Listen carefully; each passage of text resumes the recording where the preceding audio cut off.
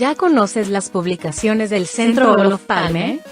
Te invitamos a conocer la seguridad humana y la seguridad multidimensional a debate. Amenazas, riesgos y vulnerabilidades en el mundo del siglo XXI. Bajo la autoría de 11 especialistas, coordinados por María Cristina Rosas. En esta obra aprenderás sobre diferentes aristas de la seguridad, relacionadas con el terrorismo, el proteccionismo, la energía, los derechos humanos, las relaciones norteamericanas, la delincuencia organizada y el poder naval, entre otros. Adquiere ya la seguridad humana y la seguridad multidimensional a debate. Amenazas, riesgos y vulnerabilidades en el mundo del siglo XXI. Envíanos un mensaje a través de nuestras redes sociales para adquirir esta y otras obras del Centro Olof Palme México. Contáctanos hoy mismo.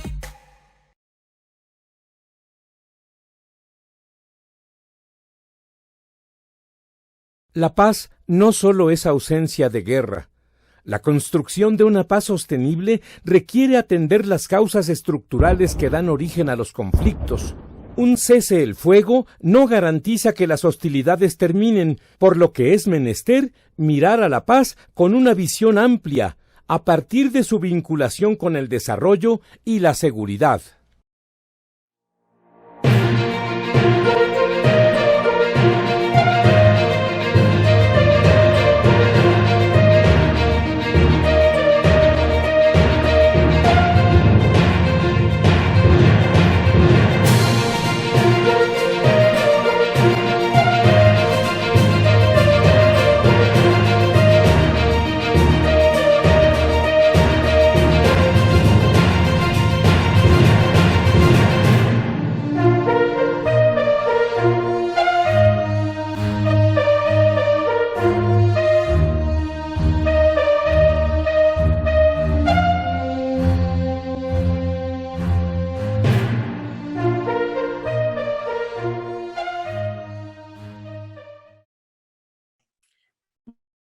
Muy buenos días a todos. La sesión de la octava temporada virtual COVID-19 y la gestión de crisis en un mundo complejo.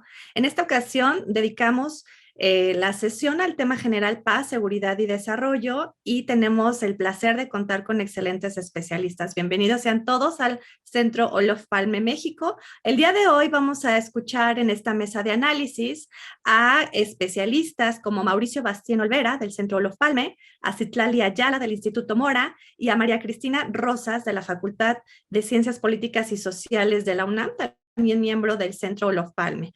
Antes de comenzar y darles el uso de la palabra, me voy a permitir leer una breve semblanza de cada uno de nuestros participantes para tener en cuenta a quienes vamos a estar escuchando el día de hoy.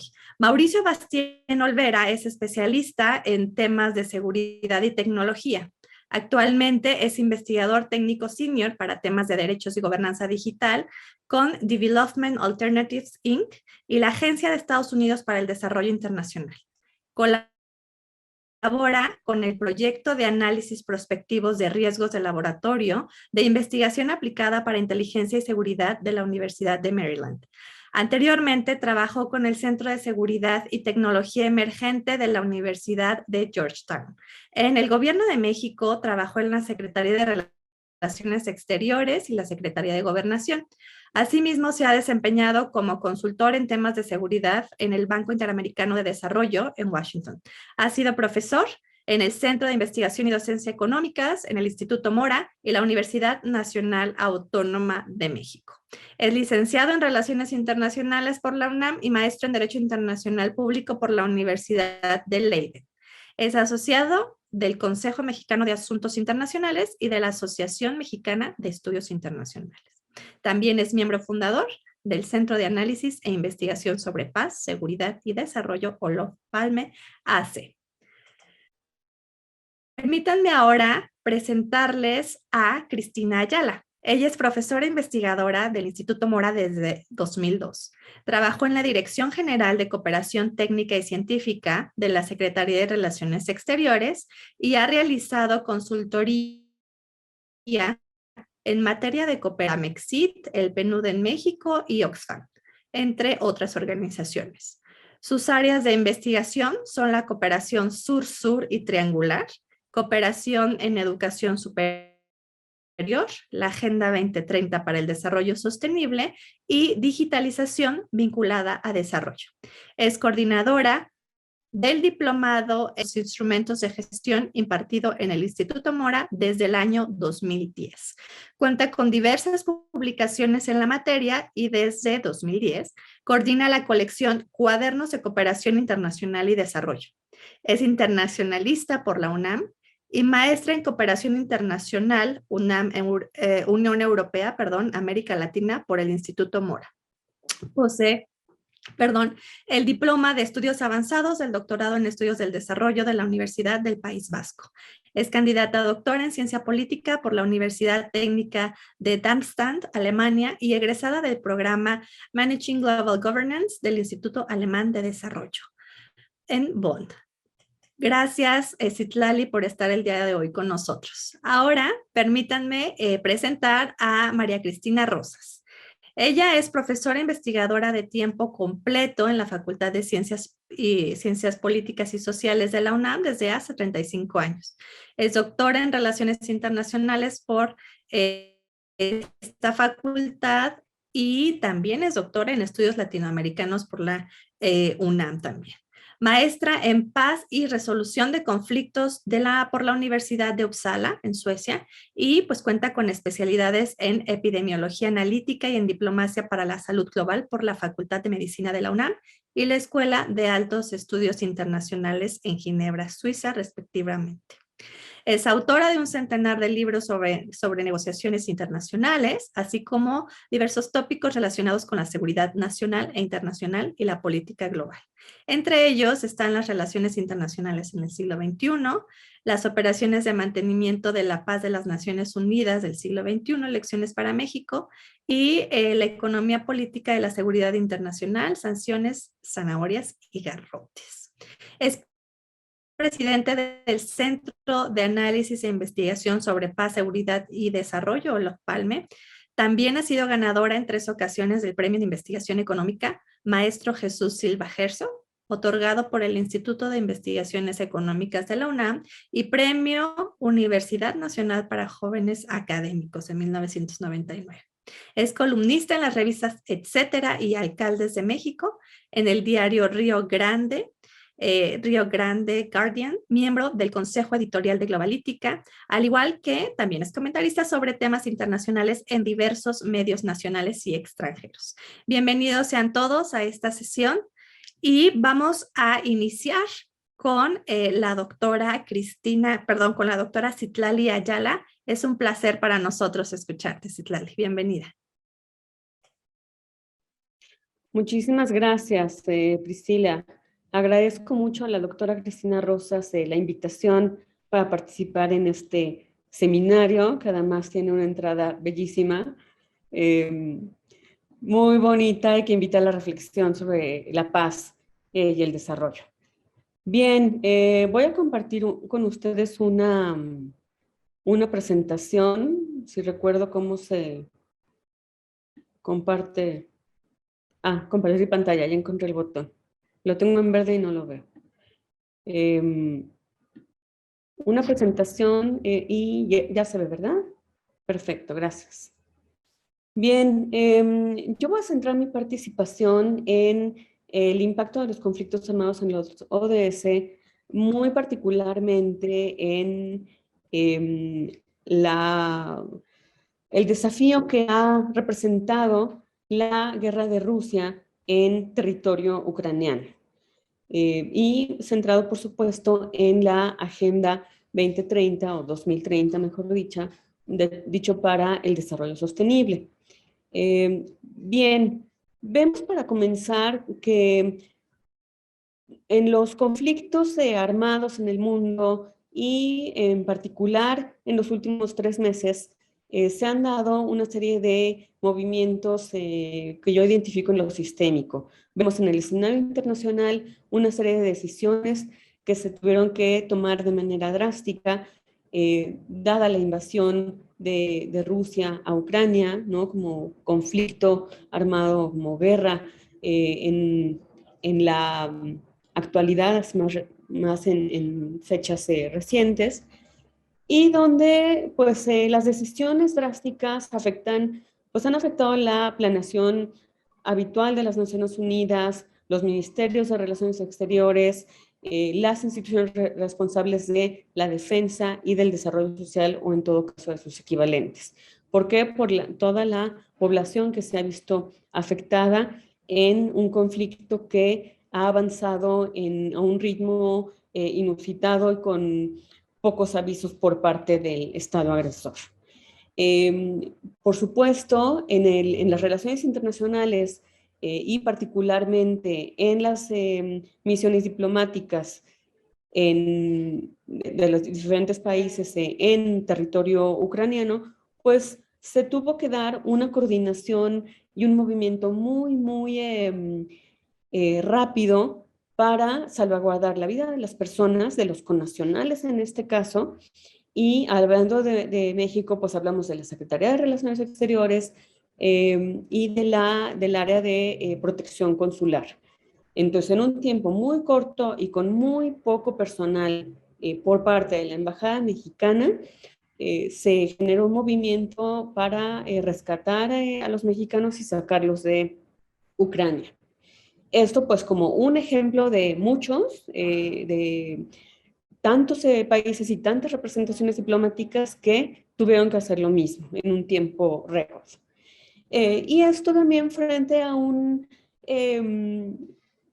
serie de condenas que hizo la comunidad internacional al conflicto, y pues unos de una manera oportuna, otros de una manera no tan oportuna, que se hizo esperar bastante más de lo necesario, y un apego también a los principios de política exterior. Por supuesto, esto es materia de debate y de estudio para los internacionalistas, y pues por supuesto que encontramos una serie de cambios, ¿no? Vemos la promoción de la ayuda humanitaria y el uso de la diplomacia para proteger a la sociedad civil, la ayuda humanitaria que pues desde el día 1 se hizo necesaria y que no ha parado, tanto en territorio ucraniano como en los países vecinos, y pues movimientos hacia las fronteras en donde la ayuda humanitaria tomó diferentes caras, diferentes formas, movimiento impulsado también por la sociedad civil de los países vecinos. Al mismo tiempo, el uso de las instancias multilaterales, en particular de la Organización de las Naciones Unidas, la votación en los órganos de decisión, el enfrentarse al veto, ¿no? al veto en el Consejo de Seguridad y al desafío que representa el poder de Rusia en este Consejo. Y pues a escala nacional también pues el reto de mantener la congruencia con lo que se dice y con lo que se hace. Y me refiero en particular a las voces que vimos, por ejemplo, por parte de Juan Ramón de la Fuente en Naciones Unidas, del presidente o del canciller Marcelo Ebrard. Entonces, sí que se hizo necesaria una voz oportuna, firme, congruente, consensuada, y por momentos no se tuvo como tal. También se presenta un desafío para la gobernanza global en cuanto a la necesidad de contener la amenaza nuclear que representa Rusia y también garantizar la movilización segura de los desplazados forzados por motivos de guerra. Ahora, orientándonos a los objetivos de desarrollo sostenible, ¿no? De la Agenda 2030 para el desarrollo sostenible, desde el enfoque de los conflictos armados, pues vemos en este caso una guerra de Rusia en Ucrania, en donde pues se ven vulnerados los objetivos de desarrollo sostenible, en donde el conflicto armado ha absorbido las capacidades de las Fuerzas Armadas, y pongo formales y no, por todas las Fuerzas Armadas que han tenido se tuvieron que generar desde el inicio de la guerra por la población civil ucraniana, Y también, pues, la manera en que el conflicto armado ha absorbido el financiamiento público, la agenda política y la vida social, pues, de una manera innegable, como pudimos ver en la prensa. Vemos también que toda situación de violencia hace imposible la actuación de las autoridades responsables de la implementación de la Agenda 2030. Ya desde hace varios años, pues, diferentes agencias de las Naciones Unidas, y en particular UNICEF, el Programa de Naciones Unidas para el Desarrollo, la Organización Internacional para las Migraciones, entre otras, pues llevaban a cabo una estrategia nacional en Ucrania para la implementación de la Agenda 2030, estrategia que, por supuesto, se tuvo que ver interrumpida.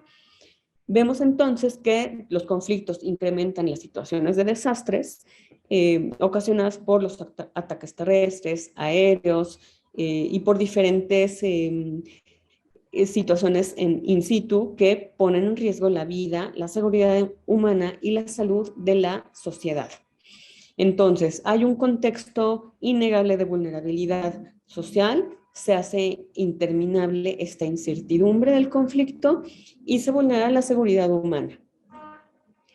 Vemos también que hay consecuencias también desde muy pronto en la salud física y mental de los desplazados forzados por motivos de guerra, hay consecuencias ambientales, hay destrucción de infraestructura, ¿no? De hospitales, escuelas, bibliotecas, museos, en fin, hay muchas consecuencias por parte de como resultado de los ataques, y que también obliga a la movilización de la cooperación internacional entendida desde los órganos de decisión que llevan al diálogo político y a la concertación, y a la cooperación internacional para el desarrollo desde la ayuda humanitaria durante conflicto, y pues seguirá en la fase post-conflicto.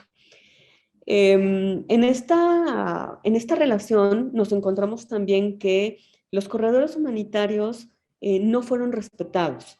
Aquí la postura de Rusia, bueno, ha mostrado además de una falta de respeto al derecho internacional y al derecho humanitario, pues a la forma en conducirse respecto a los corredores humanitarios, en donde se había ofrecido por un momento garantizar la seguridad de las personas que estaban siendo desplazadas, y que no fue así.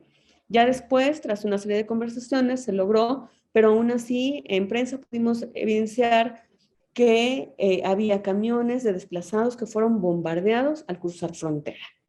Entonces, hay una violación sistemática del derecho internacional y del derecho humanitario.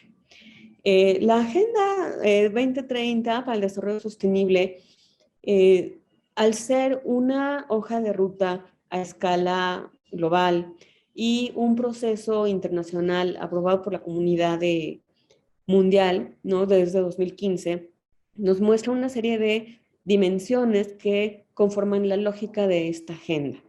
Y se llaman las 5P, en inglés, que empieza con P, pero bueno, de paz, de gente, de prosperidad, de alianzas o partnerships, y de planeta. Entonces, estas dimensiones, como veremos en un momento más, se han visto afectadas en diferentes grados. Y vemos lo que nos está ofreciendo la agenda también es una forma de abordar los problemas de las relaciones internacionales, los fenómenos de conflicto, ¿no? Los conflictos armados, y no solo el desarrollo, ¿no? Es decir, bueno, aquí hay un cruce transversal de estas variables, y pues una forma de ver también el desarrollo, cómo se ve afectado por los conflictos en las 3 esferas que se han identificado como el desarrollo sostenible. Ya hablamos de medio ambiente, economía y sociedad. Entonces, tenemos a las 5 P's y tenemos las 3 esferas del desarrollo sostenible. Esto más una serie de principios de la Agenda 2030 que ya han sido pues publicadas y discutidas en diferentes foros. Bien, aquí quisiera enfocarme ahora en el ODS 16, el Objetivo de Desarrollo Sostenible número 16, que refiere a la paz, la justicia y las instituciones fuertes. Este objetivo, al integrar el elemento de la paz, ¿no? Y por lo tanto, el buscar la cooperación internacional, el diálogo, la concertación política y mitigar o evitar el conflicto, pues señala la importancia de promover sociedades pacíficas e inclusivas para el desarrollo, facilitar el acceso a la justicia, crear instituciones eficaces, responsables, y pues también el reconocer que se perjudican con los conflictos armados los aspectos de este ODS, como son derechos humanos y gobernabilidad basada en Estado de Derecho. Entonces, en este sentido, sí hay en este ODS aspectos importantes que no estaban en los Objetivos de Desarrollo del Milenio, que terminaron en 2015. Entonces, la Agenda 2030 integra el enfoque de los derechos humanos y los concentra en varios objetivos, pero muy particularmente en el ODS 16. Entonces, aquí vemos palabras clave como seguridad, prosperidad de la población, de países involucrados en la guerra, aquí lo vemos en Ucrania, evidentemente, y la paz como un reto para el desarrollo sostenible. Y aquí hay una aseveración que señala Naciones Unidas y que me parece muy importante, que es que al afectar los ODS y en específico al ODS 16, se afecta el desarrollo sostenible. Y al ser esta una agenda mundial, vemos que pues la guerra en Ucrania tiene implicaciones pues, para toda la humanidad y que el desarrollo sostenible está amenazado, pues ya fue amenazado por una pandemia, ¿no? A un nivel de escala mundial y pues ahora está amenazado por una guerra en Ucrania y otros conflictos armados en otras partes del mundo, porque obviamente no es el único conflicto armado. Entonces, vemos que los ODS no solo se vulneran, sino que en Ucrania serán letra muerta si no se pone fin a la guerra. ¿Y esto con qué lo podemos constatar? Vemos que es necesario reducir considerablemente las formas de violencia. Aquí están las metas que se pueden ver en la página de Internet de Naciones Unidas y la Agenda 2030, pero me permite rescatar estas, en donde se busca poner fin al maltrato y a la explotación, trata, tortura y formas de violencia, promover el Estado de Derecho, ampliar y fortalecer la participación, entre otros. Bien, tengo aquí mi cronómetro, entonces voy viendo el tiempo que me queda. Voy encaminándome a los argumentos finales de mi presentación. Las dimensiones de los ODS que había señalado antes de las famosas 5 Ps, de persona, prosperidad, planeta, alianzas y paz, vemos que despliegan los 17 ODS, ¿no? Los 17 Objetivos de Desarrollo Sostenible. Y aquí al indicar el de pobreza, hambre, salud, educación, igualdad de género en personas, pues los desplazados forzados por motivos de guerra de Ucrania, bueno, pues nos marca a las personas como una dimensión altamente afectada. Prosperidad, donde hablamos de progreso económico, social, tecnológico, energía, empleo, economía, infraestructura, también está muy afectada. Planeta estará afectado en cuanto a acceso al agua, el consumo responsable, el cambio climático. Aquí es muy importante, sobre todo por la importancia energética la relevancia energética de Ucrania y de Rusia, y por supuesto del medio ambiente.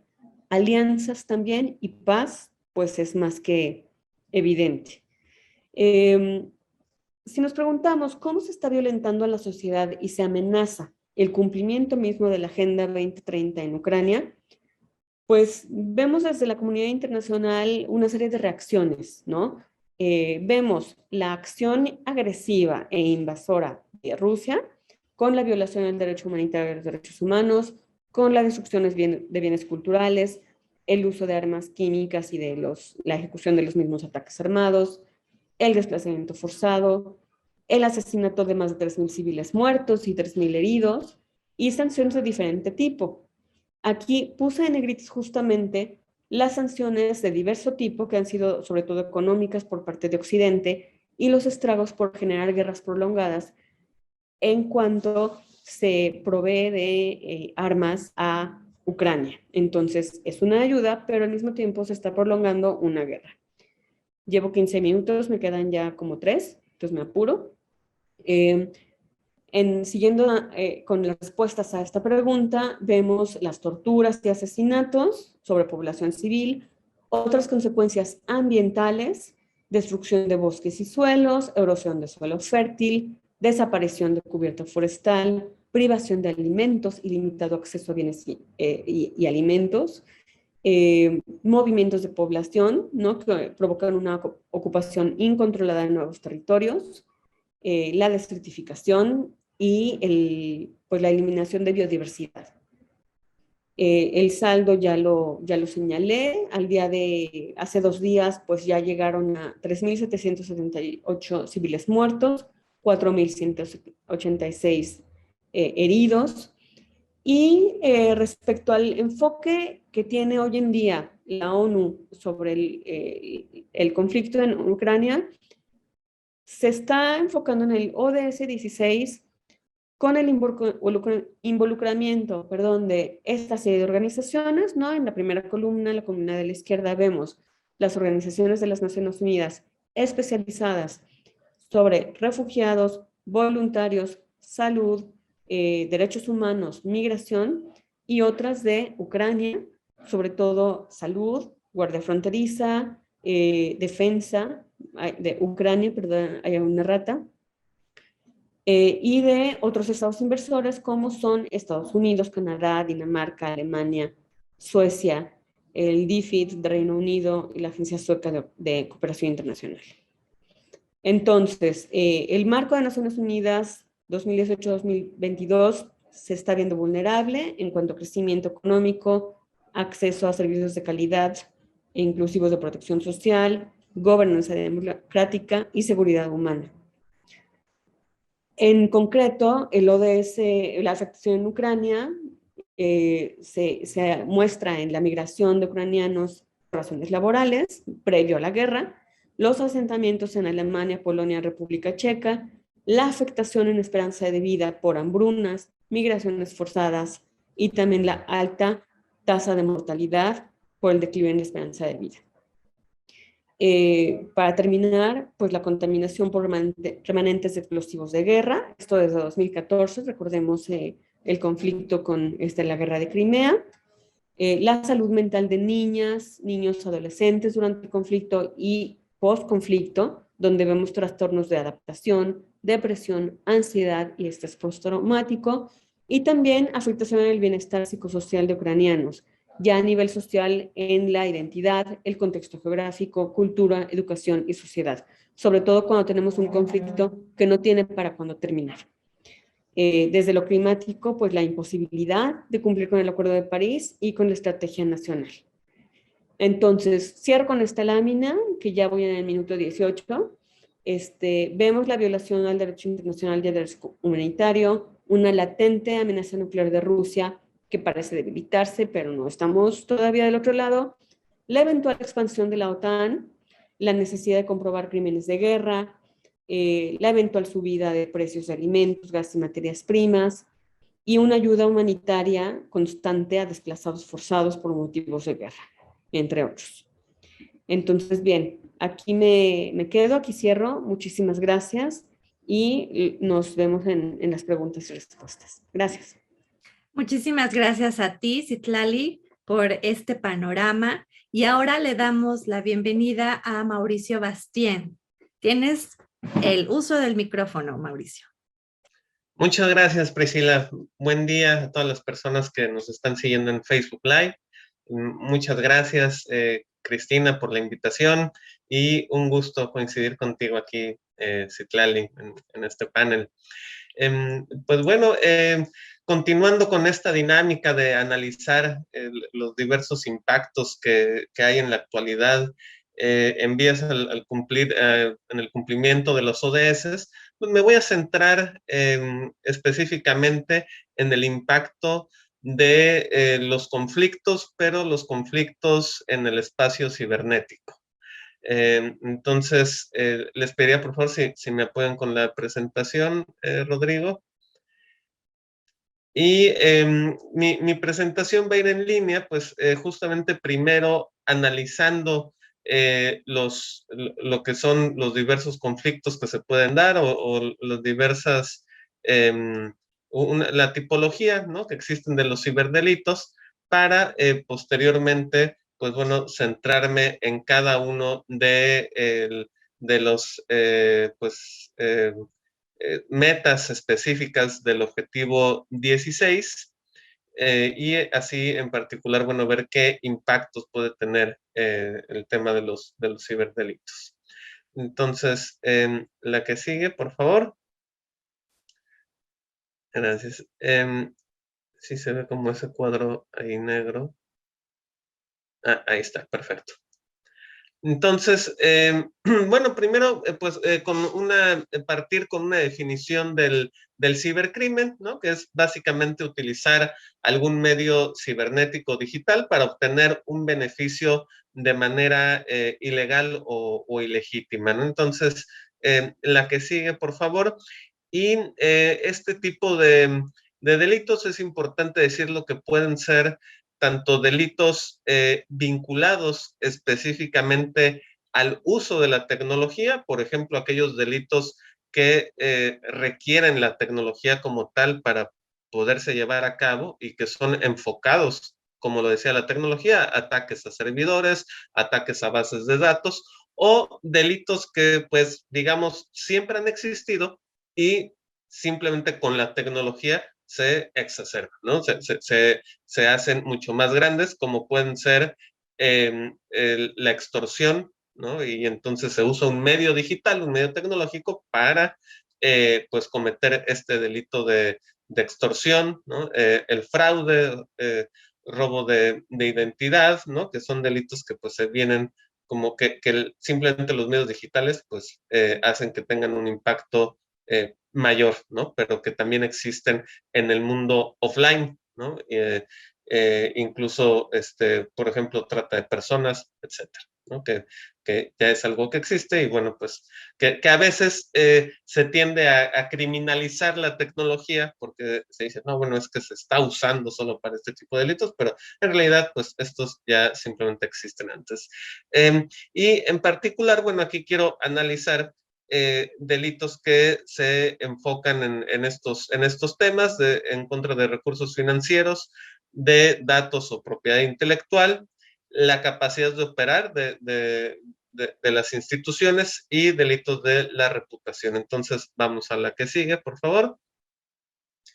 Y tenemos, por ejemplo, los temas de delitos financieros, que estos son mejor conocidos como ransomware, les decía, las extorsiones digitales, en donde pues muchas veces se llega al robo de identidad bancaria y el robo de recursos directos, o por ejemplo también se bloquean computadoras, se bloquean servidores y se solicita a cambio una extorsión económica, ¿no? Que en la mayoría pues son pedidas en criptomonedas, en pagos que no se pueden rastrear y quién es el beneficiario final de estas cuestiones, ¿no? Entonces, este es un ejemplo de ciberdelitos. La que sigue, por favor.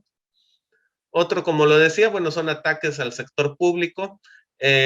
Aquí recordar el ataque a Pemex, que fue hace un par de años, ¿no? Y bueno, pues afectan tanto el crecimiento de la empresa como también ciertamente hay un robo de recursos, ¿no? De recursos físicos que puede manejar la empresa, ¿no? Más allá del famoso huachicol o cosas que se puedan dar en el mundo físico, bueno, todo esto también afecta el tema de las cuestiones operativas de las empresas, ¿no? La que sigue, por favor. y cuando se da el tema de robo de datos, ¿no?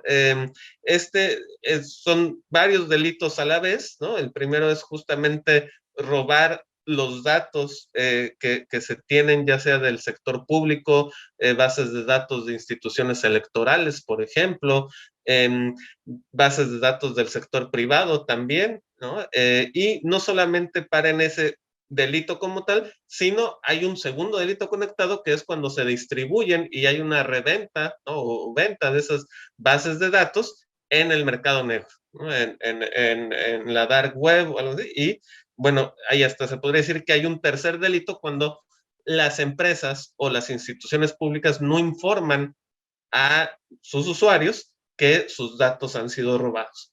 Entonces estamos hablando ahí de una cadena de delitos, de ciberdelitos, que es importante atacar, ¿no? Y vamos con la que sigue, por favor. Y después justamente llega la caída de la capacidad de operación, en donde pues se dan caídas del sistema, ¿no? Pues hay una conciencia muy baja en toda la industria de servicios digitales, tanto pública como privada, en donde se tienen que reforzar los mecanismos de operación.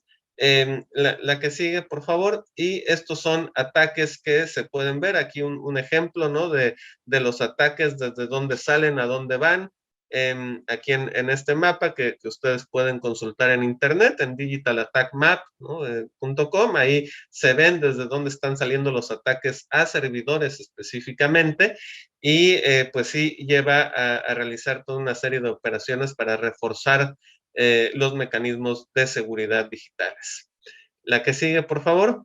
Y otro tipo que tenemos de ataques, pues es la afectación, como lo decía, la reputación, ¿no? Esto es un ejemplo de ataque que se hizo en contra de turismo en México, en donde, pues bueno, simplemente una persona que se quiso hacer la graciosa, pues vean cómo las traducciones literales que hizo en la página de turismo de los destinos turísticos del país, ¿no?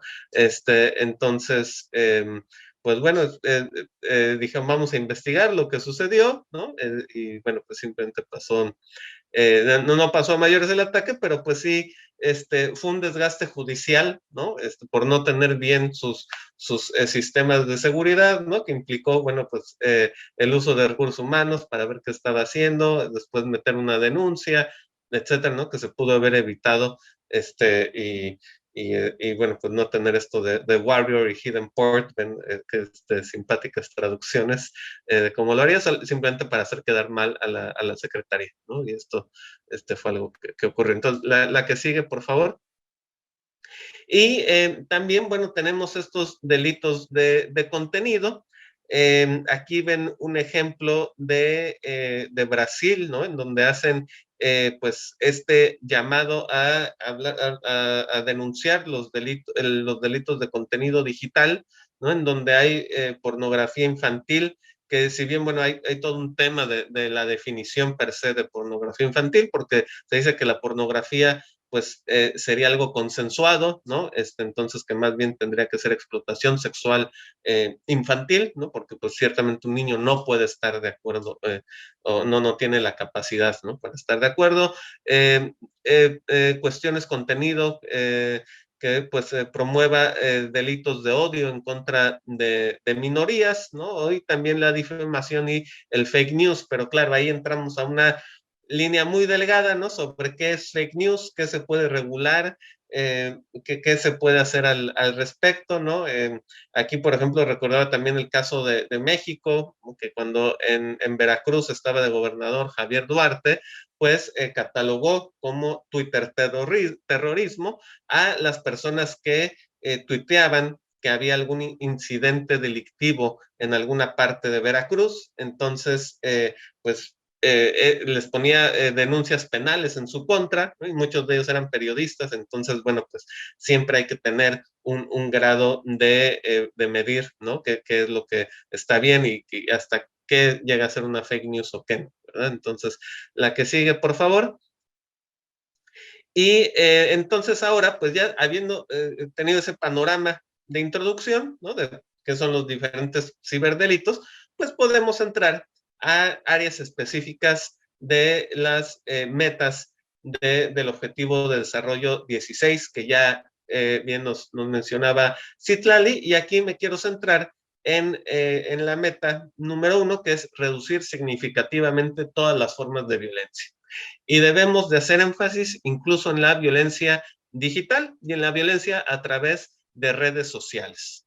El crimen organizado está utilizando las redes sociales para cuestiones muy particulares y en específico quisiera mencionar 3 cosas para las cuales está usando el crimen organizado las redes sociales. La primera es para reclutar.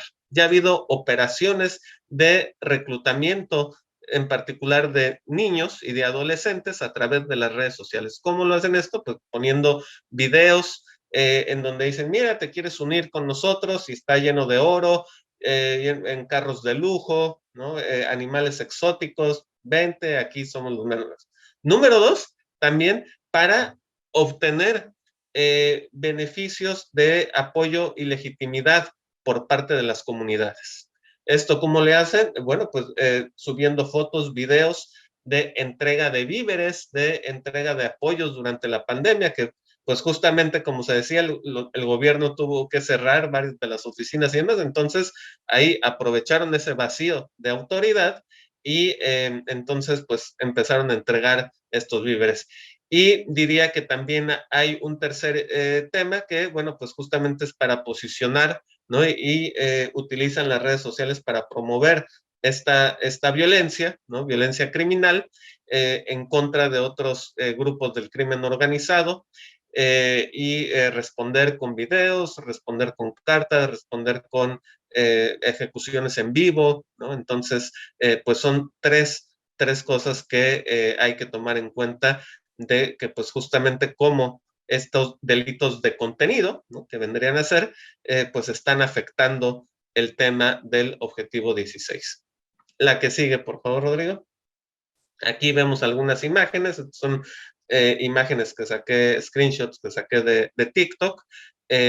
Pueden ver, y claro, no quiero criminalizar el uso de TikTok, ¿no? Ni nada, pero también se distribuyen en otras redes, ¿no? En Twitter, en Facebook, etcétera, todo este tipo de videos, y por supuesto no con los hashtags que uno pensaría normales, ¿no? Porque por supuesto están bloqueados, ¿no? Pero hay que, pues, darle una pequeña un twist, ¿no? Este tipo de hashtags, no poner cártel de Sinaloa, sino a lo mejor poner hashtag Chapiza, y entonces te empiezan a salir este tipo de videos, ¿no? Entonces lo importante que también estas empresas de tecnología pues cuenten con personal local y de la región, ¿no? Y que no todo se esté generando el bloqueo de hashtags desde algún lugar en Silicon Valley, porque pues no cuentan con el contexto local, ¿no? La que sigue, por favor. Y vemos también, pues, otro tipo de meta que se ve afectada con los ciberdelitos, como es el tema de la trata de personas y la forma de violencia y tortura contra los niños, ¿no? Aquí se ve el tema de la insta-extorsión, ¿no? Esta insta-extorsión se ha dado últimamente en el tema de la duplicidad de cuentas por parte de influencers, en donde el crimen empieza a seguir a una influencer legítima, ¿no? Principalmente mujeres, graban las stories que ellos van subiendo, graban sus fotos, hacen como screenshots, ¿no? Y después crean una cuenta falsa y la empiezan gracias por el tiempo, Priscila, y suben esta cuenta, suben las stories que grabaron, simulando que pues son de ella, pero en esas stories ponen mensajes de, ay, amigas, marcas de ropa están buscando modelos porque no han podido viajar por la pandemia, entonces escribe aquí en este link, están los datos. Entonces, la mayoría de las niñas que usan, de las jóvenes que usan Instagram, le dan clic, le piden, por favor, anota tu correo de Instagram y tu contraseña, lo hacen, y pues bueno, hoy un fenómeno que se está dando, y tampoco quiero criminalizar ese fenómeno porque hay pues libertad sexual digital y hay derechos sexuales, es el tema del sexting, ¿no? O tomarse fotos íntimas y, bueno, eso es tema de psicólogos y demás, no nos compete, digamos, en esta área, pero pues es algo que se ha analizado que está bien, ¿no? Pero hay que hacerlo con precaución. Y desafortunadamente estas niñas pues ponen sus datos, ¿no? Ahí, y en ese momento entran, ¿no? A través del phishing, entran estas personas a las cuentas de Instagram o a las nubes de las usuarias y bajan esas fotos de contenido íntimo, y entonces los empiezan a, primero, dos cosas, a extorsión de estas niñas, o número dos, venden esos paquetes de fotos en grupos de Telegram que pues es muy difícil de perseguir, ¿no? O de encontrar, ¿no? Entonces, ahí se vuelve un delito que pues justamente vincula y va en contra del poner al fin del maltrato y la explotación de los niños, ¿no? La que sigue, por favor. Y esto, bueno, pues se hace a través del phishing, como lo decía, que es dar clic a cuentas que no son, o justamente brindar tu información en lugares que crees que no va a pasar nada, sino que es algo bueno y simplemente pues, te están robando todos tus datos y nombres de usuario. Y la que sigue, que va vinculada a otro delito, el grooming, que el grooming es una palabra que a lo mejor lo primero que nos viene a la mente es cuando uno va a una veterinaria o pasa fuera de una veterinaria y ve grooming, ¿no? Bueno, ¿qué es eso? Bueno, es cuando arreglan a los perritos, ¿no? Los ponen así muy, muy guapetones o hasta los panditas, como vimos aquí del Centro Palme. Y entonces, pues bueno, el grooming pues es justamente eso, buscar otra identidad o mejorar la identidad. Entonces es cuando los delincuentes asumen perfiles falsos en las redes sociales para tratar de pues capturar la atención de usuarios, ¿no? En este caso se ha dado el grooming y hay informes desde la Secretaría, por ejemplo, de Seguridad Pública de la Ciudad de México, la ciberpolicía, ahí en su página tiene informes de cómo prevenir el grooming, en donde los delincuentes asumen una identidad, por ejemplo, de estudiantes de algún colegio, empiezan a mandar solicitudes de amistad a esos estudiantes y pues como siempre en la vida, nunca falta el estudiante que postea en Facebook y dice, ya no quiero vivir más con mis papás, me quiero ir de la casa, no sé qué. De un grupo de 200, pues siempre va a haber una persona que haga eso, y ahí el ciberdelincuente aprovecha y le dice, oye, ¿sabes qué? Yo también pasé por lo mismo, vente, vamos a vernos en un parque para platicar, o vámonos por un café, vamos, tal. Y ahí es cuando se da el delito offline, ¿no? Entonces, cuando logran enganchar a esta persona. La que sigue, por favor. Y aquí es lo que les decía, lo del el caso de Telegram, ¿no? De cómo se van exponiendo los diversos temas de las fotos, ¿no? De las niñas que engañan. La que sigue, por favor. Y otro de los casos que se dan, pues bueno, es como a través de los ciberdelitos se están dando todo el tema o a través de la red oscura, de ventas ilícitas de armas, de piezas de armas, ¿no? Y también del tema de de las criptomonedas, que va en contra pues, de este objetivo, ¿no? Que dice que hay que desarticular las corrientes financieras ilícitas y de armas. Entonces, ¿cómo se empieza a dar la venta en el mercado negro de todos estos artefactos? La que sigue, por favor. Y aquí, pues justamente en temas, algo muy relacionado a la región, pues en cuanto a recursos y de procedencia ilícita y demás, está lo del tema de Conti, es el ataque que se hizo en contra de la estructura digital del gobierno de Costa Rica, que incluso está llamando ya a una insurrección en la vida real en contra del gobierno del recién presidente electo Rodrigo Chávez. Dicen aquí en la imagen, pueden ver, si su gobierno no puede contra nosotros, un simple ataque digital no los puede gobernar, es hora de quitarlo. Y claro, bueno, pues, por ejemplo, llamó una ley de emergencia Rodrigo Chávez, y lo que le dice el encargado de emergencias nacionales, oiga señor, en nuestra ley de emergencias pues tenemos huracanes, tenemos terremotos, tenemos pandemias, X y Y, pero ¿qué cree que no tenemos? Ataques cibernéticos. Entonces, tenemos que reformar la ley para incluir ataques cibernéticos, para que pueda ser algo legal el llamado a una situación de emergencia, ¿no? Entonces, bueno, pues hay ciertas cosas que hay que hacer. Y finalmente, la que sigue, por favor, ya para cerrar, también está lo del tema de operaciones cibernéticas, en las granjas de bots, disposiciones inclusivas, como esto pues va en contra de abrir el espacio digital para escuchar diferentes voces a través de la implementación de granjas de bots. Y la que sigue, por favor, Rodrigo. Aquí vemos ejemplos de Patria, de Venezuela, de cómo toda una granja de bots por parte del gobierno venezolano. La que sigue, por favor. ¿Y qué se puede hacer? Bueno, aquí propongo que retomar lo que ya mencionó Microsoft, es crear la Convención Digital de Ginebra, y pues que esto sería bajo el mismo enfoque que ya nos va a mostrar Cristina, el enfoque de desarme, que es regular las ciberarmas y las ciberacciones, pero así como se ha hecho con las armas de destrucción masiva nucleares, pues ahora hacerlo con este tipo de acciones y de armas ciberdigitales. Entonces, esa es la propuesta, y hasta aquí lo dejo. Llegué ya a los 20 minutos. Muchas gracias por su atención. Gracias, Rodrigo, por el apoyo con la presentación.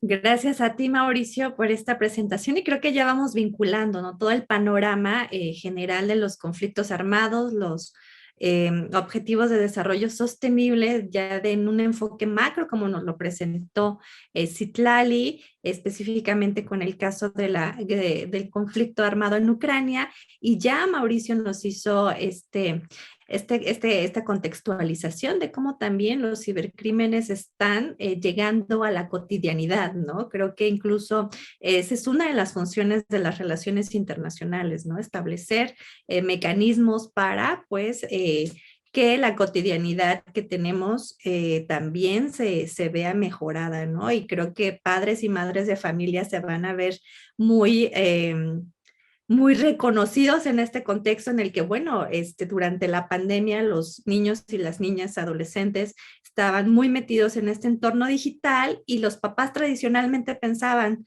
que, pues bueno, están seguros en casa, pero la realidad es diferente, ¿no? Entonces, muchísimas gracias por este panorama. Invitamos a toda nuestra audiencia que nos sigue en las redes sociales, en Facebook Live, para que aprovechen a los ponentes y planteen sus preguntas o comentarios que tengan para continuar con el diálogo. Ahora le damos la bienvenida a la doctora Cristina Rosas. Por favor, el micrófono es todo suyo. Gracias, Priscila. Buenos días a todas, a todos. Yo voy a hacer una reflexión más general alrededor del tema de los conflictos armados, en función sobre todo de la relación entre desarme y desarrollo, en cuanto el programa me permita compartir mi pantalla. Espero que se pueda, porque los veo congelados. No sé si me ven. A ver si se recupera. Estamos bien. Nada más estamos con la pantalla compartida congelada. Exacto. Vamos a ver si se recupera, porque esto ya me pasó el otro día y pensé que iba a tener que reiniciar. Pero se recuperó. A ver, solamente paciencia, paciencia. Les voy contando los puntos a los que me voy a abocar en la presentación. Incluyen la relación entre desarme y desarrollo, que no es una relación automática. Sabemos que hay pues un montón de estudios desde diversos enfoques que nos plantean la pertinencia de, por ejemplo, reducir o eliminar el gasto en la esfera militar y utilizar estos recursos para la promoción del desarrollo. Esto no es automático, espero poderlo ilustrar en un momento más. Y también vamos a tocar el tema de, brevemente, de los ODS frente a los conflictos armados. A ver, parece que se está recuperando. Aquí está, muchas gracias. Gracias por su paciencia. Ahora vamos a ver que avance. Ya la maestra Citlali hizo alusión a este tema, pero yo lo voy a enfocar pensando en el caso de Rusia y Ucrania en algunos aspectos, como es la proliferación de armamento y las crisis de refugiados y demás. Quiero referir también un tema que lo hemos visto presente en los debates, que tiene que ver con la asistencia a Ucrania frente a la asistencia que reciben otros países. Nosotros sabemos que hay una cooperación internacional al desarrollo, es una cooperación que tal parece que favorece sobre todo a los países de ingresos medios, pero no necesariamente a los países menos desarrollados. Entonces, mencionaré algunos aspectos alusivos. Y bueno, rápidamente. Relación desarme-desarrollo, porque creo que me comí varios minutos con esta falla tecnológica, no es automática. El desarme, contrario a lo que se podría suponer, requiere una inversión de recursos materiales y humanos. Si nosotros queremos desminar, por ejemplo, hay que pagar recursos para limpiar un terreno, hay que pagarle a los especialistas, hay que detectar las minas, ¿no? Y esto es bastante más caro que la mina. Hay minas de $3, ¿no? Pero el desminado puede costar hasta 3,000 metros por metro cuadrado de terreno, ¿no? Y es una labor además muy ardua y puede morir el experto en desminado, o sea, y podemos perder recursos humanos, ¿no? O por ejemplo, el desarme de armas nucleares, ¿no? Hemos visto que ha habido un desarme nuclear. La realidad es que ahora tenemos menos ojivas nucleares que hace 20 años, porque tanto Estados Unidos como Rusia, que son quienes más armas nucleares tienen en el mundo, han trabajado a través de diversos acuerdos, sobre todo bilaterales, en el desmantelamiento de armas estratégicas. También desmantelaron las de corto y mediano alcance por el Tratado de 1987. Pero el desarme nuclear es carísimo, ¿sí? Y bueno, nosotros sabemos que muchas de las cargas nucleares de estas armas son llevadas a los arsenales de las potencias, pero el mantenimiento de toda esta infraestructura es cara, requerimos capital humano muy calificado para concretar esto.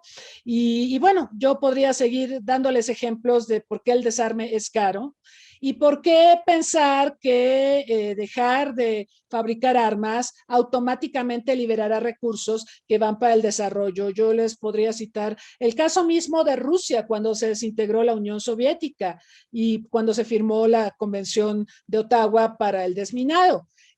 Rusia, ustedes saben, cuando era Unión Soviética sembró muchas minas en Afganistán y cuando se firmó la Convención de Ottawa se le dijo a Rusia, te invitamos a firmarla. ¿Y qué dijo Rusia? Bueno, sí, yo sé que tengo responsabilidad internacional porque yo he puesto minas en muchas partes, Afganistán incluido, pero pues el desminado es muy caro y no tengo dinero, tengo una crisis. Es cierto, cuando se desintegró la Unión Soviética, ustedes saben que Rusia tuvo una debacle económica. Entonces, no necesariamente porque apostemos al desarme, esos recursos van a ir al desarrollo de los países más vulnerables, menos adelantados, etcétera, sino que esos recursos se van a utilizar en otras partidas, muy posiblemente, como lo hemos visto en el caso de Rusia, para resolver sus propios problemas, ¿no? Para impulsar el desarrollo del centro de África, ¿no?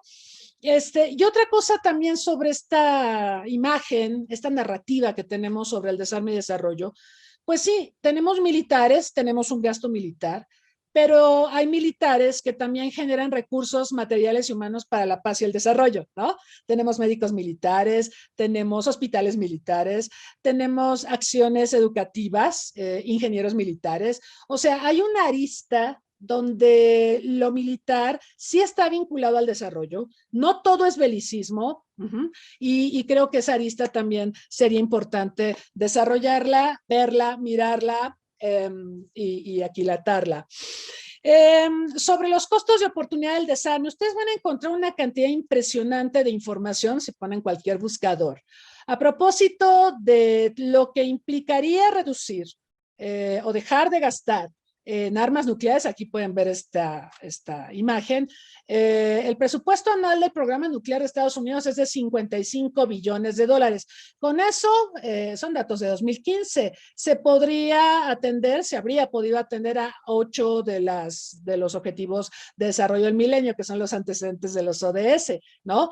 Y entonces nos empiezan a desglosar, por ejemplo, cuánto cuesta un tanque o cuánto cuesta el mantenimiento de un portaaviones, y si usáramos ese dinero para pagar salarios desarrollos de médicos o para erigir hospitales. Se empiezan a hacer todas estas correlaciones. Bueno, yo quisiera insistir en que esto parece más un análisis, o sea, es un análisis valioso. Por supuesto que hay costos de oportunidad, pero de nuevo tenemos que ser más cautelosos, porque no porque se liberaran 55 billones de dólares del presupuesto del stock nuclear de Estados Unidos, esto en automático iría a parar a la construcción de hospitales o a la República Centroafricana para apoyar su desarrollo, ¿no? Importante recordar que cuando hablamos de desarme y desarrollo, pues van implícitos conceptos como el militarismo, como seguridad. El concepto de seguridad ha cambiado con el tiempo. En Guerra Fría era un concepto más militar, más estatocentrista. Sabemos que cuando acabó la Guerra Fría, pues hemos tendido a ampliar el concepto de seguridad. Se habla de seguridad humana, de seguridad multidimensional, de seguridad democrática. Y por supuesto ya no es solo militarista. Sin embargo, este concepto de seguridad vinculado al militarismo ha estado presente, ha estado pululando en el ambiente desde que acabó la Guerra Fría. Nosotros pensábamos que al acabar la Guerra Fría, la atención que se iba a dar al militarismo y al estatocentrismo en el concepto tradicional de seguridad iba a cambiar hacia una visión más antropocentrista, por ejemplo, como lo propone la seguridad humana. Pensamos que así fue. En los 90 vimos un progreso importante de los temas de desarrollo que abonaron precisamente a esta ampliación del concepto de seguridad tradicional de Guerra Fría.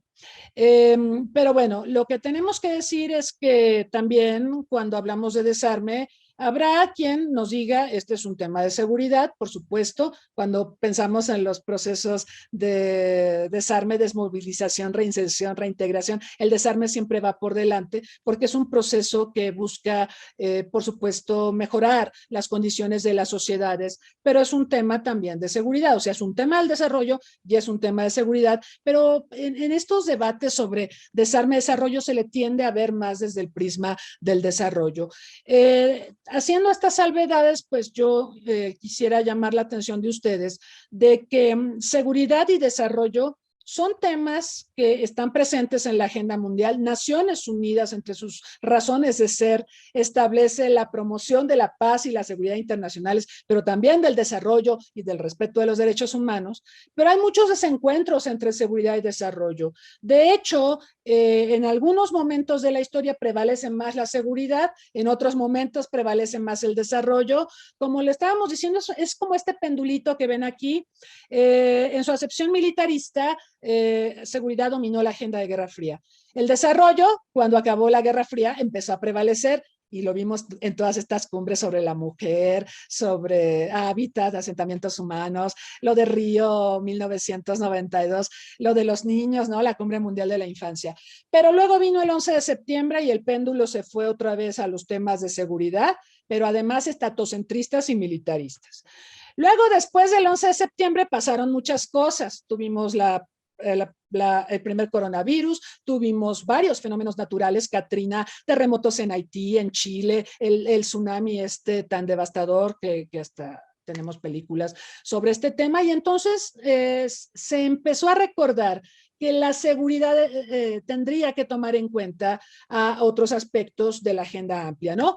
Yo creo que el punto culminante para recuperar a la seguridad, al desarrollo en su relevancia ha sido la pandemia. La pandemia nos recordó que un tema como lo es la salud, que es un tema tradicionalmente de la agenda de seguridad humana, puede afectar a la seguridad. Es un tema del desarrollo y puede afectar a la seguridad.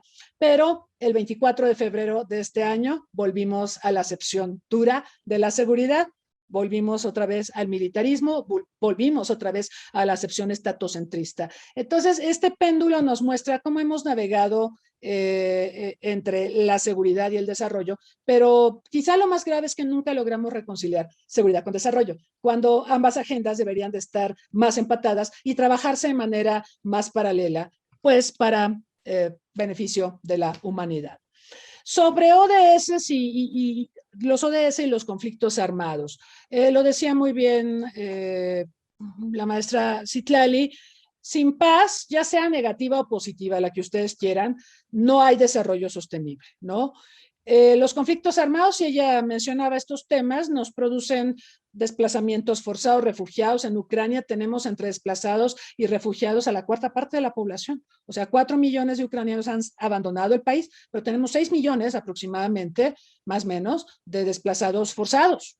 Es la cuarta parte de la población del país. Pero también tenemos, cuando hay conflictos armados, tráfico de especies, del patrimonio, destrucción del patrimonio, destrucción de infraestructura, los recursos que antes se usaban para el bienestar social, ¿no? O para los problemas de lo cotidiano van a parar a la guerra, hay muertos, heridos, se pierden recursos humanos. Les recuerdo, Ucrania y Rusia traen o arrastran una debacle demográfica, bueno, primero por las purgas de Stalin y luego por la Segunda Guerra Mundial, y es una debacle demográfica de la que todavía no terminan de recuperarse. Y esto lo han resentido mucho, por eso hay bajas tasas de nacimientos en estos países, entre otras razones. Vemos proliferación de armamento, destrucción de los entornos. Las guerras son cada vez más en entornos urbanos porque el mundo es cada vez más urbano, por lo tanto generan muchas víctimas, ¿cierto? Muchas más víctimas.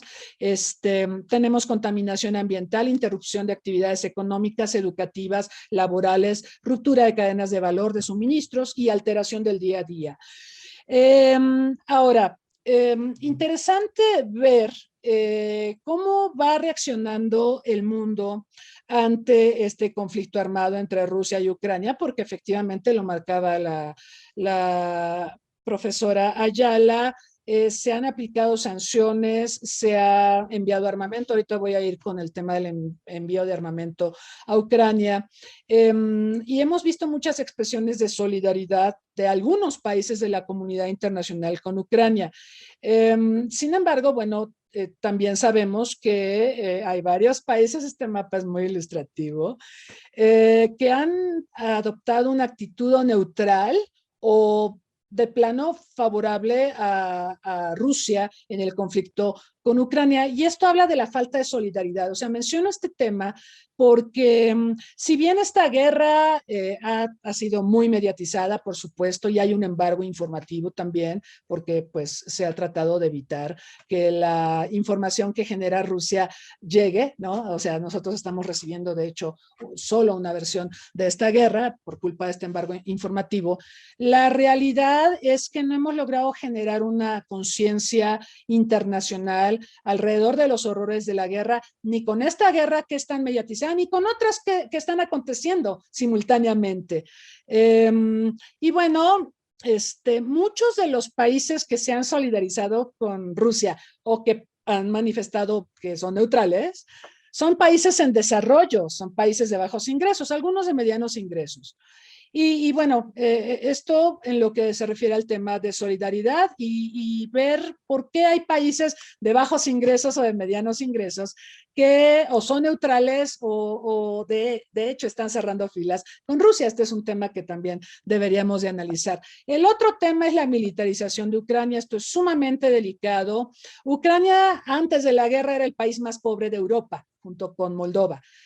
Ya arrastraba el conflicto de Crimea, como bien se ha explicado aquí, y ya había habido una expulsión de población. Muchos ucranianos abandonaron el país precisamente por los conflictos en la zona del Donbass. Muchos ucranianos trabajaban en Rusia o viven en Rusia, ¿no?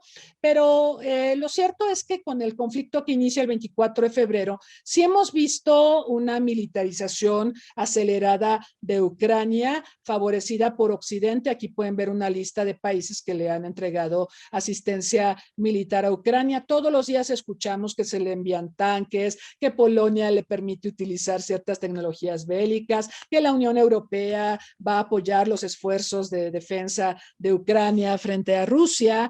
Y bueno, esto es un giro de las narrativas que habíamos escuchado cuando acabó la Guerra Fría y cuando todo el mundo parecía que tenía un consenso en torno a la importancia del desarme.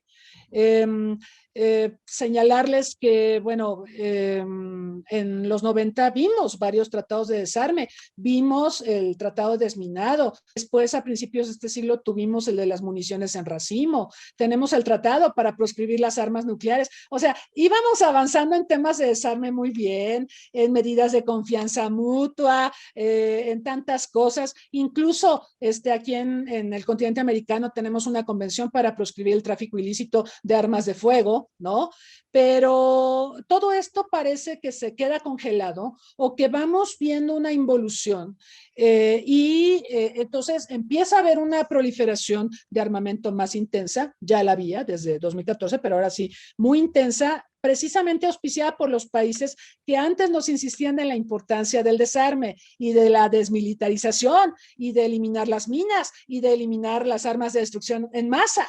Entonces, esta nueva narrativa que estamos viendo y estas acciones, porque no solo es narrativa, sino acciones concretas donde se está militarizando a Ucrania, me parece un problema serio porque Ucrania, recuerden, es un país polarizado. Y hay una parte de la población que sabemos que tiene tendencias prorrusas, hay muchos rusos étnicos viviendo en Ucrania, en fin, y bueno, Zelensky es un presidente prooccidental, pero sabemos que antes han gobernado en Ucrania presidentes prorrusos, entonces darle estos insumos militares a un país polarizado, pues a la postre va a crear una zona muy, muy violenta donde se pueden perpetrar cualquier cantidad de violaciones a derechos humanos fundamentales, se pueden exacerbar los crímenes de odio, en fin. Y bueno, voy avanzando rápidamente. Bueno, aquí está lo de los regímenes que han sido auspiciados por los países que hoy militarizan a Ucrania, regímenes de desarme, por ejemplo, esto de no venderle armas a regímenes corruptos, violadores de derechos humanos fundamentales. En los Pandora Papers, ustedes habrán visto que Ucrania figura entre los países con mayores niveles de corrupción en los Pandora Papers. Yo sé que hay países donde hay niveles de corrupción muy altos, pero por ejemplo, ese sería un criterio que antes de esta guerra habría impedido que Occidente le vendiera armas a Ucrania. Pero ahora no importa, no importa si es un régimen corrupto, no importa los niveles de poca transparencia que pueda haber, como Ucrania se está defendiendo ante Rusia, pues hay que darle armas. Entonces, esto es una involución respecto a los criterios que previamente existían para la venta o las concesiones de armamento a los países, y vean quiénes son los países que encabezan la lista de entrega de armas a Ucrania. Aparte está el tema de cuánto se va a endeudar Ucrania por esto. No crean que son donativos, ¿no? Muchos de estos países están haciendo préstamos a Ucrania para que Ucrania use los préstamos y le compre armas a los que le dan el préstamo, porque lamentablemente hay muchas ayudas atadas en el mundo. Así funcionan muchos de estos mecanismos de asistencia. Entonces, Estados Unidos encabeza la lista. Está Estonia, Reino Unido, Italia, Suecia, la Suecia que quiere ingresar ahora a la OTAN, Alemania, Canadá, República Checa, Polonia, Eslovaquia, países europeos, muchos de ellos muy desarrollados, que han pugnado por la paz y la correcta ejecución de los objetivos de desarrollo sostenible y que son los principales proveedores de armas a Ucrania. Luego, otra arista a la que quiero hacer alusión, aparte de la militarización. Hay muchas cuestiones en materia de sanciones que a mí me parece que están sentando un precedente muy terrible. Por ejemplo, esta propuesta de, ustedes saben, Rusia ingresó a la Organización Mundial del Comercio y por lo tanto es beneficiaria del trato de nación más favorecida. Rusia ahorita pues se busca excluirla de distintos organismos internacionales, ya ven que la expulsaron de la Comisión de Derechos Humanos y se hablaba de suspenderle sus atribuciones en diversos foros. Por ejemplo, en noviembre vamos a tener la cumbre de APEC en Tailandia y la cumbre del G20 en Indonesia, y la postura de Occidente es echar a Rusia de estos foros. Y se ha hecho una iniciativa en la OMC, en la Organización Mundial del Comercio, para quitarle el trato de nación más favorecida. O sea, quitarle un derecho a un país que tiene por el simple hecho de ser miembro de la OMC. A mí lo que me preocupa es que esto sienta un terrible precedente Y entonces en el futuro esto se podría aplicar contra muchísimos países, ¿no? Países en desarrollo, ¿no? Que generalmente son los más castigados, son los más, no sé, vapuleados por decisiones que se toman en la agenda internacional. Bueno, ahorita se está satanizando mucho a Venezuela, a Cuba y a Nicaragua, ¿no? Y esto de quitarte el trato de nación más favorecida, de quitarte un derecho que tienes por haber ingresado a un organismo que te puso N requisitos para ingresar, porque ese es otro tema que deberíamos de analizar en otro momento. Ingresar a la OMC ahora es tremendamente difícil. Pregúntenle a Priscila, que es la experta en China, y pregúntenle cómo le costó a China poder ingresar a la OMC. Le pusieron N requisitos y a Rusia otros tantos. Entonces, después de que cumpliste con todos los requisitos, ahora resulta que te van a suspender tus derechos, ¿no? Y esto sí se sienta un terrible precedente en general para el comercio internacional, en un mundo deprimido por la pandemia que requiere comercio, que requiere inversiones, que requiere flujos de bienes y servicios en condiciones pues como fueron pactadas, ¿no? A partir de un trato de nación más favorecida. Bueno, veo la manita de Priscila, ya me dio miedo, entonces voy cerrando. Decirles también que este conflicto pues está teniendo muchas aristas, ya las mencionaba algunas de ellas la profesora Citlali Ayala. Se puede agravar la inseguridad alimentaria. Como ustedes saben, Rusia y Ucrania son grandes productores de granos básicos en el mundo y ya se está hablando de problemas. Bueno, vean este gráfico, a mí me dejó muy impresionada. Es un gráfico de la UNCTAD, de la Conferencia de Naciones Unidas sobre Comercio y Desarrollo, donde podemos ver cuántos países de África dependen del trigo de Rusia y Ucrania, y vean Somalia, que por cierto Estados Unidos acaba de mandar tropas a Somalia. Vean la dependencia tremenda que hay a los granos básicos. Entonces, este conflicto abonará a la inseguridad alimentaria, a la desnutrición, también a la inflación. Ya vieron lo de los combustibles, la factura energética. No todos los países tienen petróleo, muchos compran petróleo, compran gas a precios altos porque se exacerbaron con el conflicto.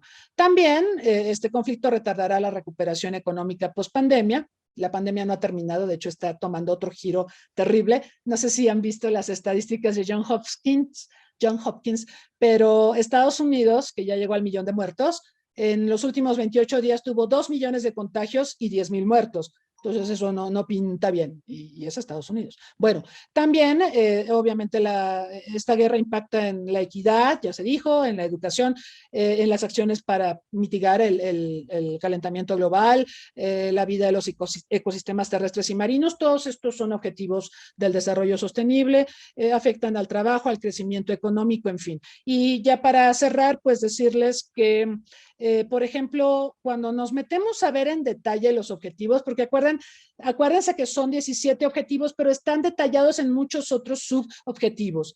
Por ejemplo, cuando nos ponemos a ver objetivos como el de la salud, estamos viendo unos retrocesos brutales que se ven agravados por la pandemia y por la guerra. Y esto me parece toral. La Organización Mundial de la Salud nos marca que el objetivo, hay un ODS que habla de reducir la tuberculosis en un 90% para 2030. Bueno, acaban de decir que esto no se va a cumplir porque pues no hay dinero, no hay dinero.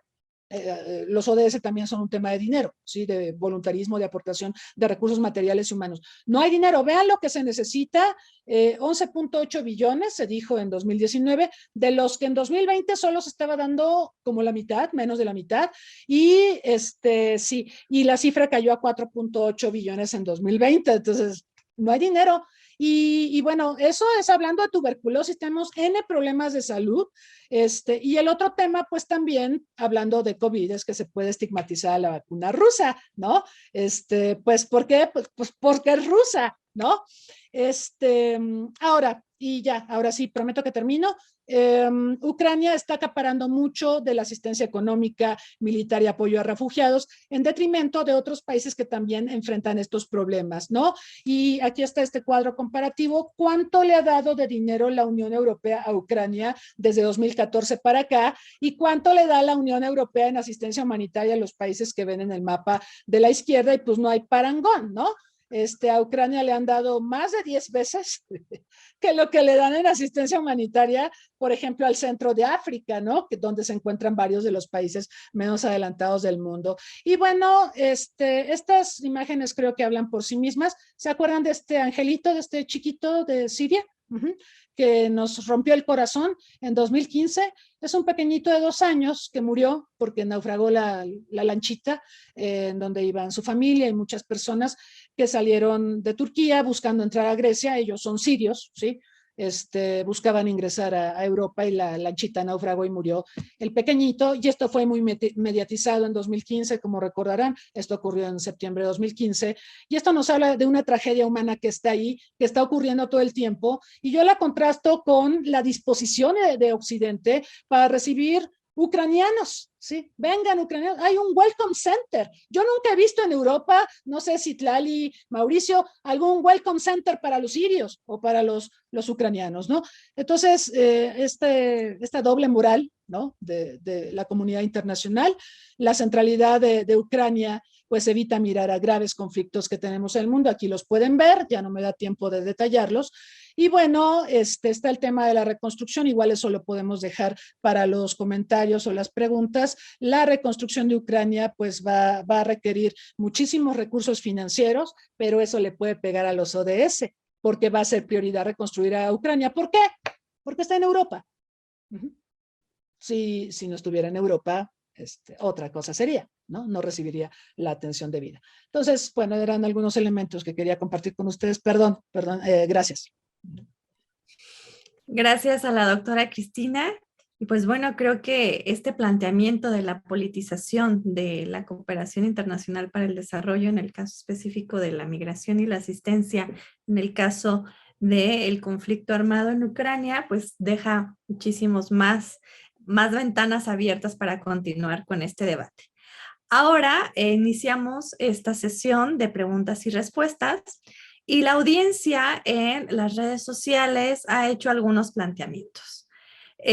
Nos han hecho algunas o varias preguntas, las voy a leer y conforme iniciamos las presentaciones del día de hoy, pues las podrán ir respondiendo los ponentes. Entonces, estas preguntas son las siguientes. ¿Qué intereses o empresas se beneficiarían si no se concretan las 5 Ps? ¿Estas son vitales? ¿Cómo se podría acotar el uso o la influencia de la delincuencia organizada en las redes sociales? ¿Qué medidas consideran necesarias para implementarse por parte de las empresas en las redes sociales para erradicar los ciberdelitos? Preguntas más son, ¿es posible gestionar un acuerdo mundial en el que el presupuesto en desarrollo sea superior en relación a la seguridad militar? Los países que brindan apoyo militar en Ucrania seguramente pues no lo hacen gratuitamente. No les interesa encontrar una solución al conflicto armado, mencionan en el comentario. ¿Qué se puede hacer en la ONU al respecto? Y la audiencia pues los felicita y agradece sus ponencias. Iniciamos con la profesora Citlali, continuamos con el profesor Mauricio Bastien y concluimos con la doctora Cristina para estas respuestas. Muchísimas gracias, Priscila. Bien, pues respecto a la pregunta de las 5P, las 5P son vitales, pues sí, digamos que son las dimensiones en las que los ODS fueron organizados, ¿no? Distribuidos, y pues una forma de verlas. ¿Qué intereses o empresas se benefician si no se concretan? Lo que se van a concretar o se busca que se concreten son las metas y los indicadores de cada ODS, ¿sí? De los 17 ODS. Entonces, pues cada ODS tiene sus metas, tiene sus indicadores y esto se ha, pues, adaptado a nivel nacional, ¿no? En cada país y se ha adaptado también a nivel estatal, ¿no? O subnacional. Entonces, cuando pregunta qué intereses o empresas se beneficiarían al concretarse más que las 5Ps o estas dimensiones, las metas de los ODS, pues yo creo que ya estamos entrando a una etapa en la que estamos aceptando o tenemos que aceptar que los ODS no se van a cumplir. O sea, las metas no se van a cumplir. Hay un trabajo muy arduo por parte tanto de gobiernos, de INEGI en el caso de México, de gobiernos estatales, de sociedad civil, por cumplir las metas y los indicadores, de contribuir, ¿no? A los reportes voluntarios nacionales y a que se diga, bueno, tuvimos tal o cual éxito, porque cada meta y cada dimensión es diferente en cada país. Ahora, las empresas se involucran pues se involucra empresas, ¿no? Sector privado, gobierno, nacional o subnacional, sociedad civil, academia, en fin. Hay cada vez más involucrados y sí se ha buscado que la Agenda 2030 sea un compromiso global, ¿no? Con pues responsabilidad de todos. ¿Por qué? Porque todos debemos apropiarnos del desarrollo y hacerlo sostenible. Entonces, ¿en qué se benefician? Pues no es que haya, el beneficio lo debemos tener todos, ¿no? Lo debe tener quienes son no receptores, sino beneficiarios de los programas y las acciones de la Agenda 2030.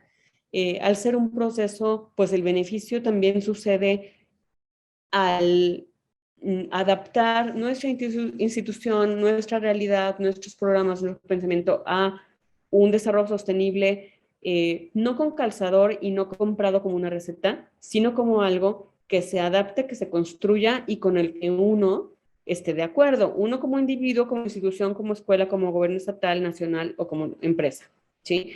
Entonces, no es algo fácil y no hay un beneficio único.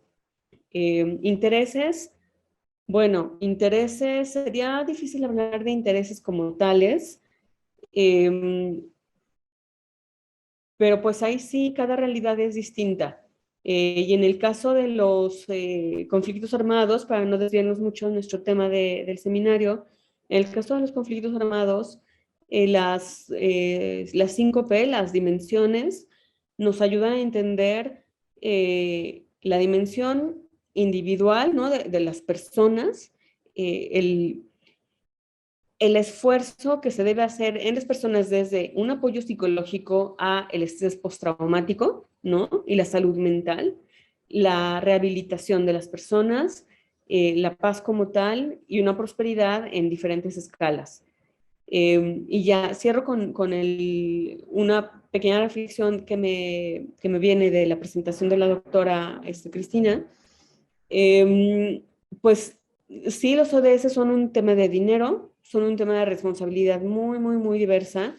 Y me gustó mucho el ver cómo la ayuda al exterior, la ayuda al desarrollo evoluciona y tiene detrás intereses. O si queremos hablar de intereses, atrás de la ayuda o de la cooperación internacional para el desarrollo, siempre hay intereses, siempre hay política exterior y siempre hay favoritos. O sea, los países no van por caridad y buena voluntad. O sea, sí puede haber un poquito de eso, pero hay intereses.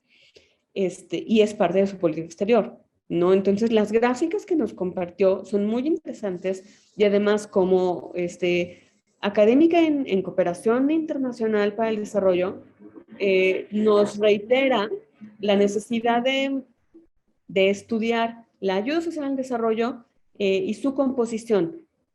¿Hasta dónde es válido hablar de cooperación para operaciones militares o no? Que Estados Unidos sí lo hace, aunque la definición oficial dice que no debe estar, pero pues el financiamiento también se va al desarme y lo que está pasando con Ucrania también nos marca la presencia obligada de la cooperación en materia de seguridad.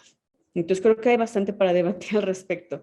Así es que muchísimas gracias. Creo que las demás preguntas son más de la competencia de Mauricio y de la doctora. Gracias. Gracias, Citlali. Mauricio. Muchas gracias, Priscila, y muy buenas presentaciones de Citlali y Cristina. Sí, sobre el tema de cómo combatir la presencia del crimen organizado en redes sociales, pues también se necesita un ejército, ¿no? Digital en este caso.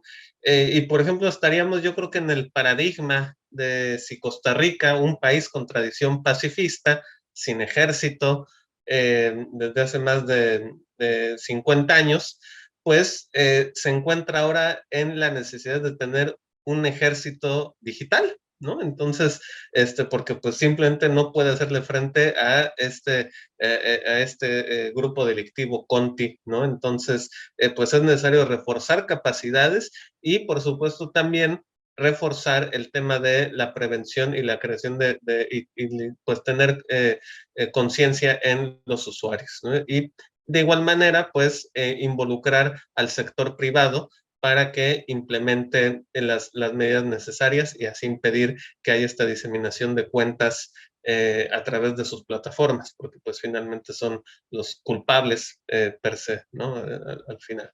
Entonces, esas serían mis 3 recomendaciones. Y aprovecho para mencionar que desafortunadamente me tengo que retirar, pero muchísimas gracias por la invitación. Siempre un gusto coincidir aquí y estoy atento para los siguientes eventos que se puedan hacer. Muchas gracias. Gracias a ti, Mauricio, por tus presentaciones y hasta muy pronto. Doctora Cristina, bienvenida a esta sesión de preguntas y respuestas. Sí, yo voy a tomar la que plantean a propósito de si se puede lograr que el dinero que va al desarrollo sea mayor que el que va a lo militar. Yo creo que les va a sorprender esto a algunos, muchos lo saben.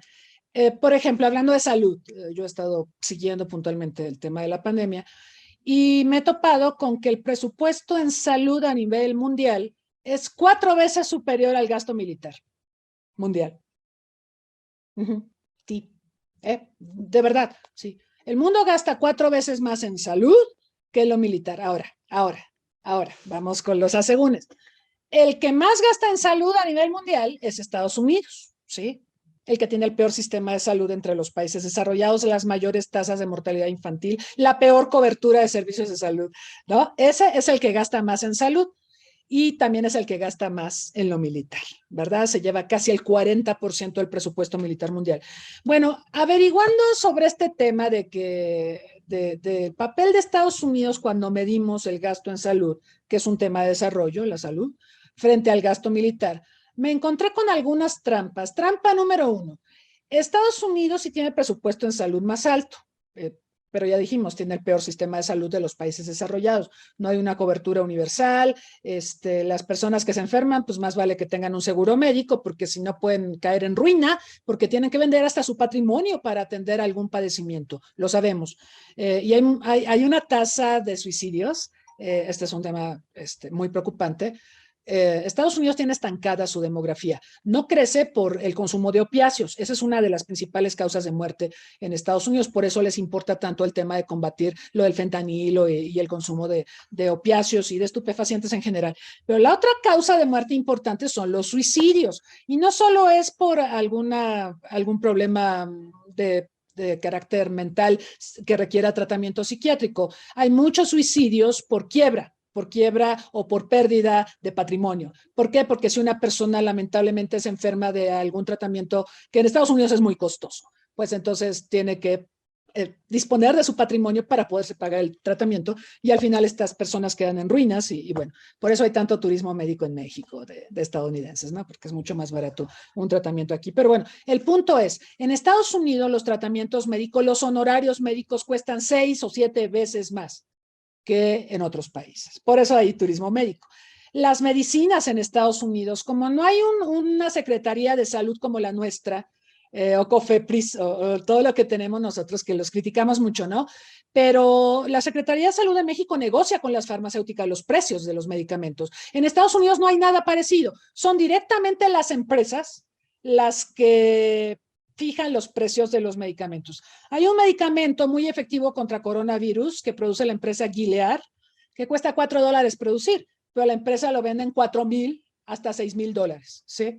Y dice que tiene todo el derecho de vender este producto a ese precio porque le costó mucho la investigación médica. Y aquí hay un debate también, porque mucha de la investigación médica que dicen las farmacéuticas que hacen, en realidad se hacen en universidades con fondos públicos, ¿no?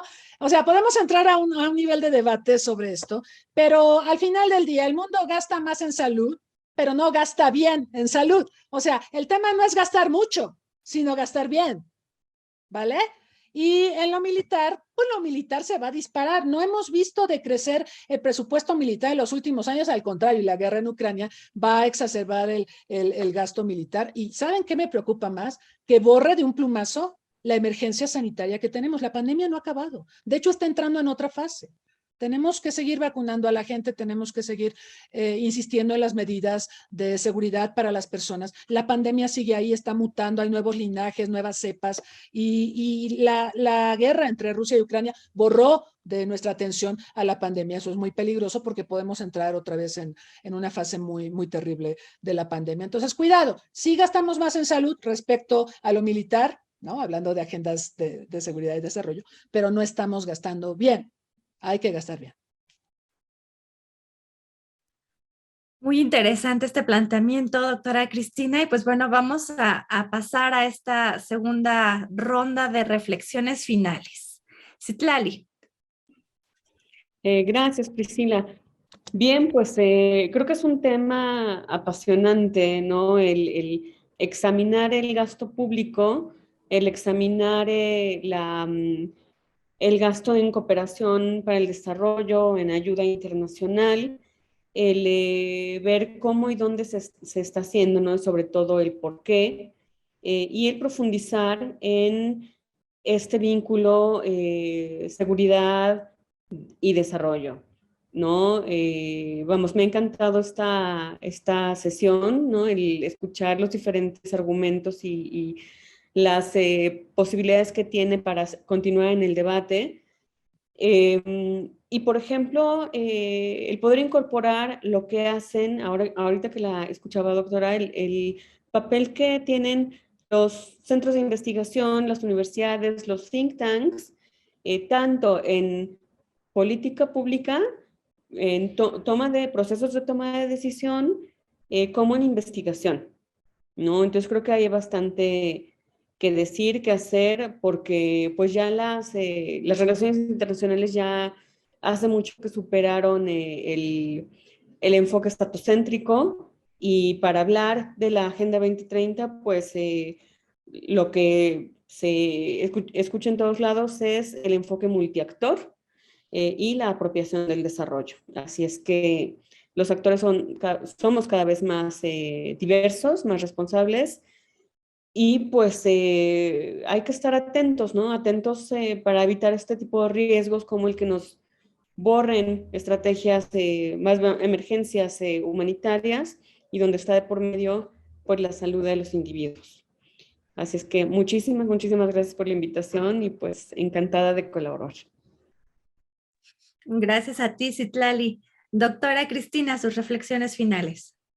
Sí, muchas gracias. A mí también me ha encantado la mesa, escuchar a Citlali, la experta Sasasa en cooperación al desarrollo.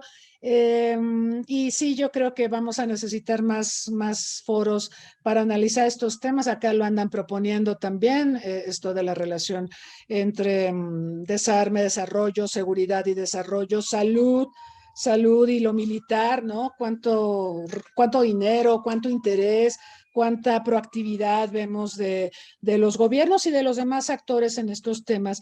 Yo insistiría en lo importante que es que superemos el énfasis que se le da a un solo tema en la coyuntura, ¿no?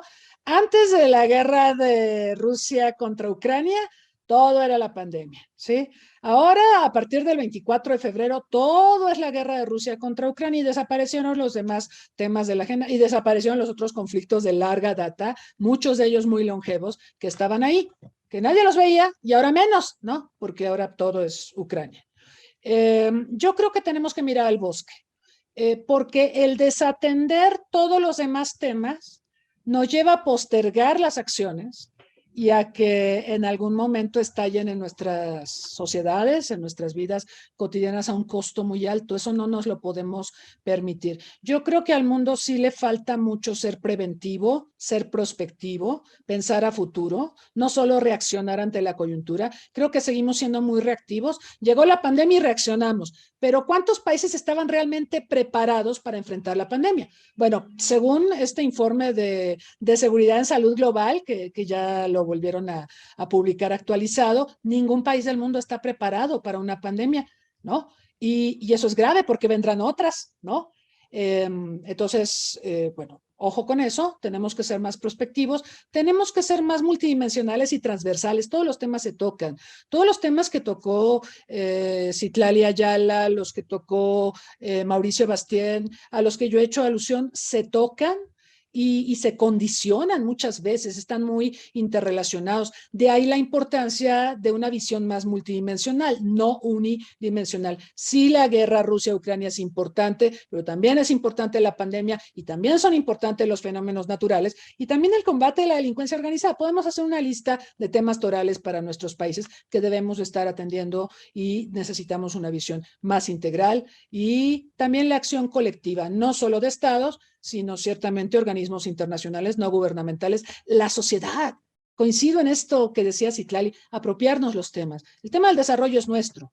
También el tema de la carrera armamentista es nuestro. En México tenemos un problema terrible de tráfico ilícito de armas de fuego, que le da poder de fuego a la delincuencia. Tenemos que apropiarnos estos temas porque impactan en nuestro día a día, nos impactan en nuestra vida cotidiana.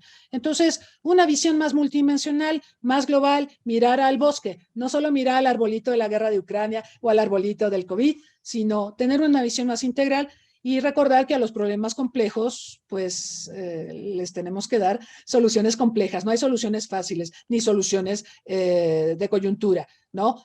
Cuando actuamos de manera reactiva solamente posponemos el problema. Entonces habrá que ser más visionarios y más proactivos en estos temas. Excelentes observaciones, Citlali Ayala y Cristina Rosas. Pues con esto damos por concluida la sesión. Les agradecemos la asistencia a todos los que nos están escuchando y viendo en Facebook Live y en las diferentes redes sociales del Centro Olof Palme, México. Y les invitamos a seguir las actividades que tiene el centro. La próxima se va a llevar a cabo el próximo día, martes 24. Será la entrevista a Julián Báez de la Organización Meteorológica Mundial para hablar sobre el cambio climático, la crisis ambiental, y temas conexos. Entonces los esperamos. La transmisión igualmente será en vivo.